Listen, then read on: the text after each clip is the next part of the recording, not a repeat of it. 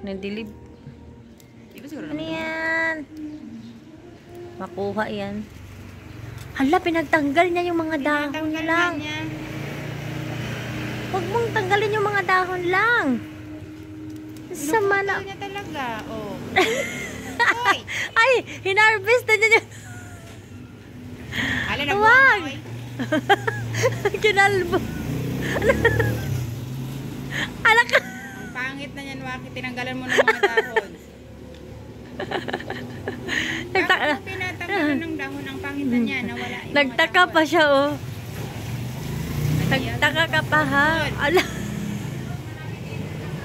Hindi na lang niya kit-kit-kit-kit. Hindi putol git niya. Kanina, inana lang man niya yun. Kinagat-kagat lang man ngayon. Ito ba ng malunggay? Hindi, may malunggay ako doon.